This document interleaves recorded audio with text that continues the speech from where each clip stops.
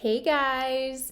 So today's video where I'm going to bring you along as I photograph my kids is taken outside. So I'm going to spare you the wonderful iPhone coverage. I didn't take any of that this time. So it's just going to be probably a short and sweet video. It's going to go straight to Lightroom. I'm going to be explaining the lighting and how it was. So this will be a little bit different from my past two videos. If you haven't watched those, then go ahead and catch up. They're really short. And they both take place indoors. One of them is in our kitchen where my kids are taking a farm sink bath, another mouthful. And then the next is my son on a really rainy day making brownies inside. And so far all of them have been different light and just different. Well, I guess the first one was kind of different areas in the house.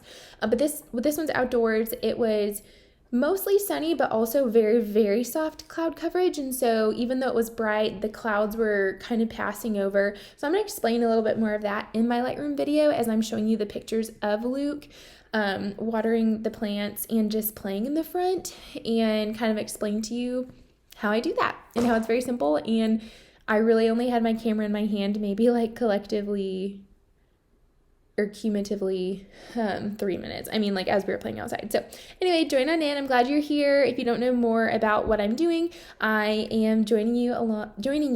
I am asking you, guys, it's 3:30. It's 3:30. Okay. I can make it until Jordan gets home at 8.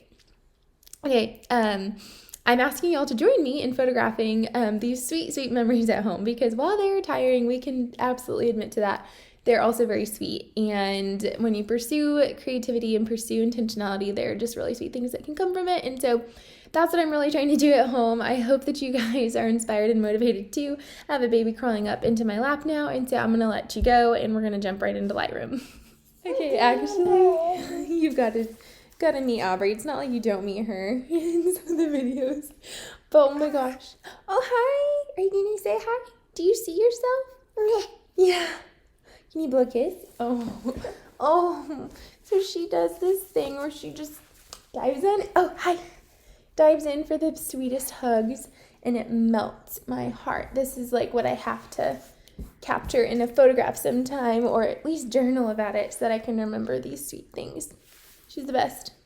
So in this video, you can see that Luke is playing in the front yard. We went on a little walk, and I took some pictures of him in the median with some wildflowers. And then there are some cute pictures of Aubrey at the very end.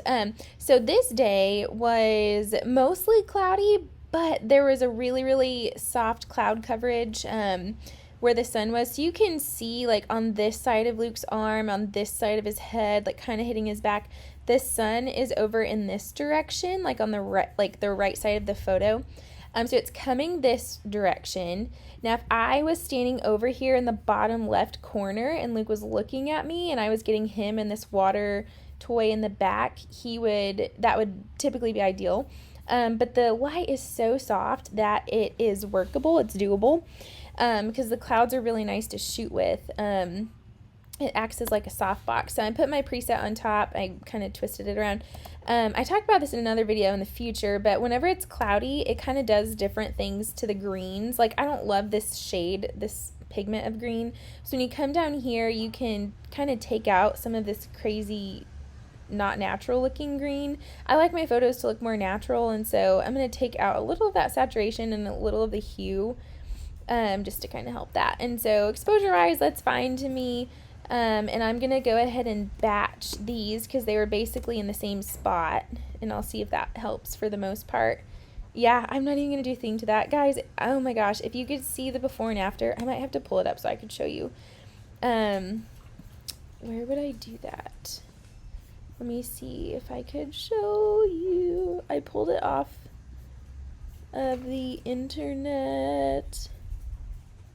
Oh, right here.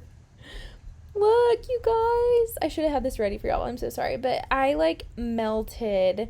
Look at him, his little belly and his little hand right here. And then look how like slimmed down and grown up he looks here. Oh my goodness. No. So this is why photos are the best, guys. So I hope that you just feel capable to be able to do this at your house.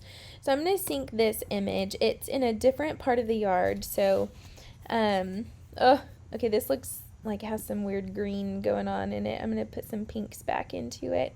Again, the sun's like kind of tempting. You can see there's shadows on the ground, which tells you that the sun is out, which it's really tricky to shoot outside when the cloud coverage is like this, because then it affects your shutter speed.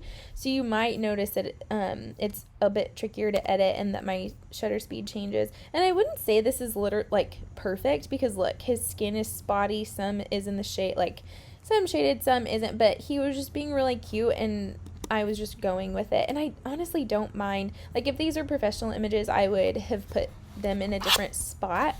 But I just thought these were really cute. And then he started doing his little dance for us, and I caught the little sequence of him dancing in photos, and it was so cute to me. And so you can see his back is really blown out. Here, I think the sun was like, or the clouds were moving over the sun to where the sun was brighter. So I'll take down the lights a little bit and sync those. Yeah, his back is so white. I'm going to use the brush and put it on exposure and then decrease it a little bit, and I'll just show you what that does. See, it kind of just accounts for the brightness in the spot that you want it to be. So it's not as bright. You can see his spiny little back. I'm not going to do that to this photo though. Okay, so here I'm going to click on my preset. Ooh, I don't love that. I'm going to take down the exposure some. I'm going to have to fix the green colors. I don't love it. Again, it was cloudy. So I'm going to put some yellows back in there. Take this out. I'm going to try to pop some of those purples. Did you see that? Some of the pinks and purples.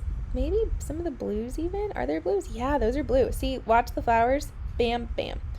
Okay, so I think I'm going to just call that good and sync these. And then take down the exposure some. It was so cute watching him pounce through these. I mean, ideally there wouldn't be telephone poles in the back, but hey, that's fine. I did not plan to do these. If I did, I would have put him in something cuter.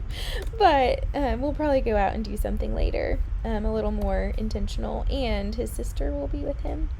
But so in case you guys do go out and take some pictures of your kiddos in flowers, what you want to do is put them in the flowers and have the sun behind them. So the direction where the sun was behind him, and then of course I'm like down eye level with him right now because it was in the middle of the day. If it had been closer to sunset and the sun was in the very back, kind of like the very first video I talked about, go back and listen to that one, because I talk about how it can be hard to shoot whenever the light source is directly behind your subject. So if the sun was directly behind Luke, it's good, but not when it's at the level of the trees in this photo, not when it's like at the horizon.